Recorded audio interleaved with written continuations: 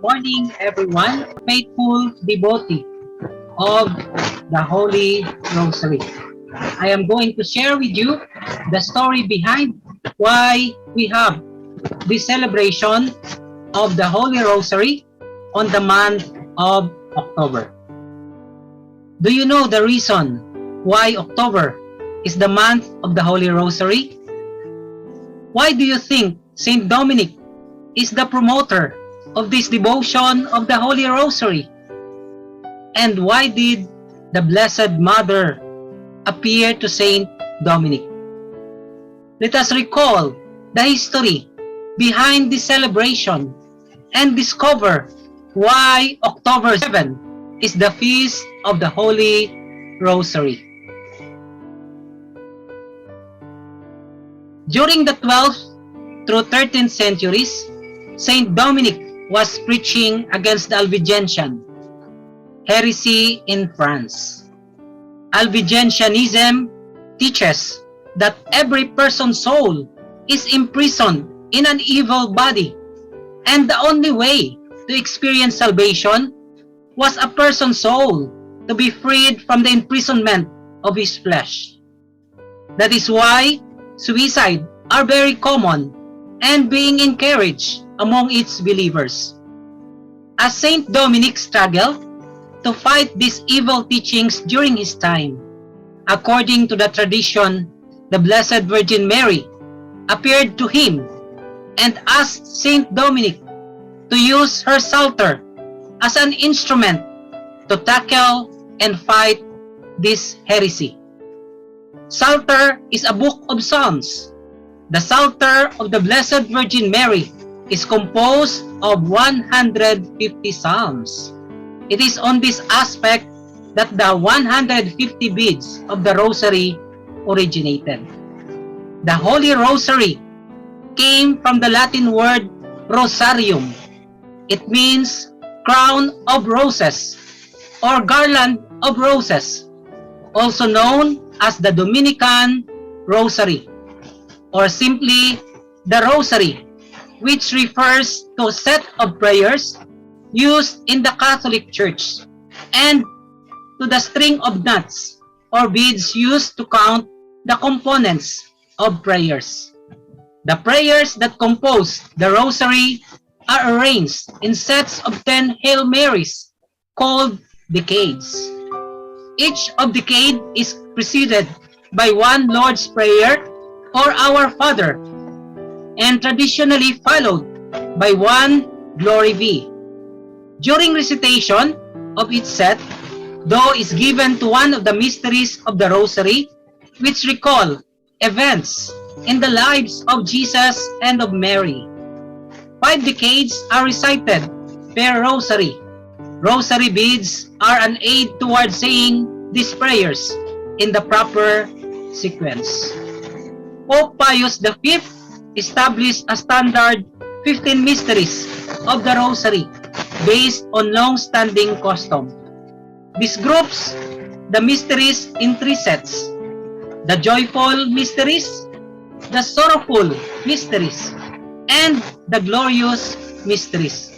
However, in 2002, Pope John Paul II said that it is fitting that a new set of 5 be added, termed the luminous mysteries, bringing the total number of mysteries to 20.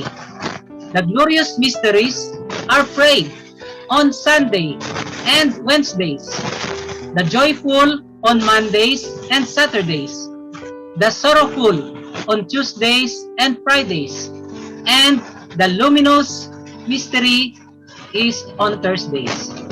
Usually, 5 decades are recited in a session. Over more than 4 centuries, several popes have promoted the Rosary as part of the veneration of Mary in the Catholic Church. The Rosary represents the Catholic emphasis on participation in the life of Mary, whose focus was Christ, and the Mariological theme, to Christ through Mary. Why October 7 is the memorial of the Holy Rosary. We have to know that on October 7, 1571, a very significant event on Catholic faith happened. Muslim Ottoman attacked Europe. Ottoman fleet in the Battle of Lepanto is what is known as largest naval battle in Western history. The Spanish Dominicans, or the orders of preachers, founded by Saint Dominic de Guzman, went on the defensive by promoting the Holy Rosary as a weapon against the Ottoman Turks. Knowing that the Christian forces were inferior and at a disadvantage, Pope Pius V, a Dominican Pope, called for all of Europe to pray the Rosary for victory. He went out of the Apostolic Palace and personally led a Rosary procession in Rome. Spanish military commander John of Austria, the chief of commander of the Catholic League, kept a statue of the Virgin on his ship, while the Dominican chaplains of each warships actively encouraged all soldiers to pray the Rosary. In short, the Catholic naval forces inflicted a major defeat on the Ottoman Turks fleet. After the miraculous victory, which defeated their Ottoman forces, Pope Pius V formally made public the victory, and that victory was due to the faithful's fervent praying of the Holy Rosary.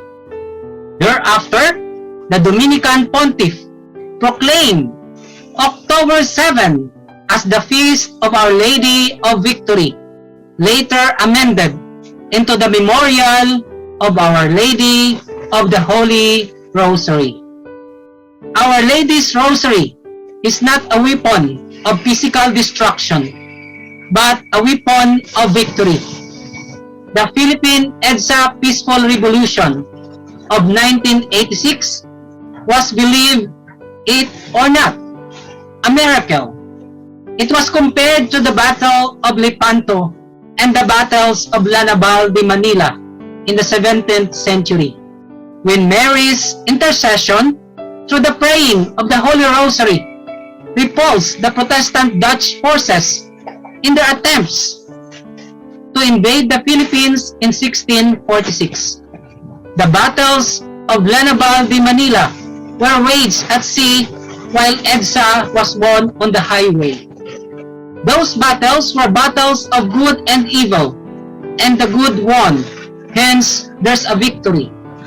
We can all win all the battles in our life if we continue to use this very effective weapon of praying the Holy Rosary, as proven by our very own founder, Saint Dominic de Guzman, in combating heresies and spreading the truth during his time.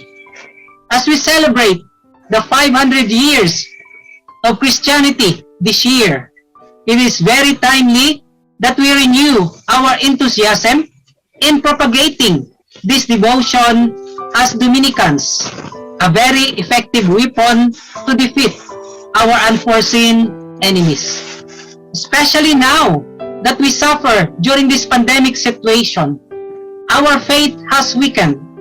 It must be reinforced through this very effective devotion.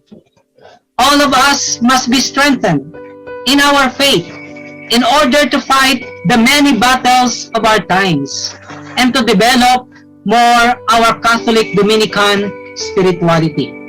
Let us continue to promote this great devotion entrusted to us modern Dominicans by our Blessed Mother Mary herself to Saint Dominic de Guzman and be transferred to the next generation.